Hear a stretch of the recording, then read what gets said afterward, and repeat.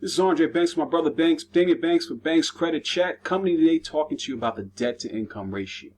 Now, I've done some videos in the past. We both did some videos in the past about talking about FICO scores and credit scores and the difference between the two. And this kind of chimes back in, but with a little bit more of a twist and more of importance and urgency.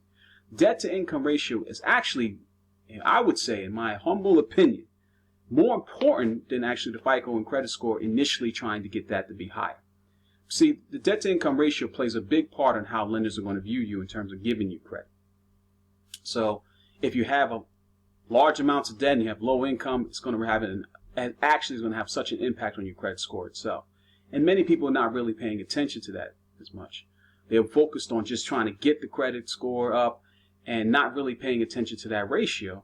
And over the long term, your debt-to-income ratio is going to have a bigger part to play in terms of how your interest rates are going to how low your interest rate is going to be, and how well you do in terms of overall obtaining credit.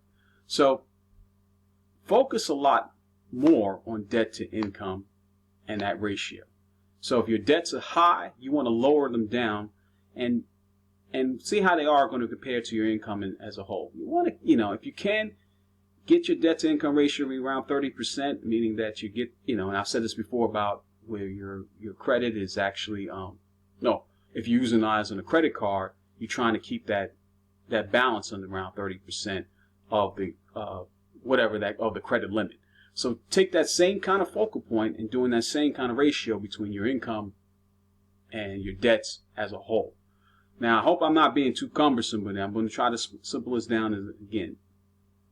Whatever your debts is, let's say you have $200 for a store car. You have another $300 credit limit on a Visa, whatever, and you have another $2,000 left on a car note that you have, and you only make $15,000.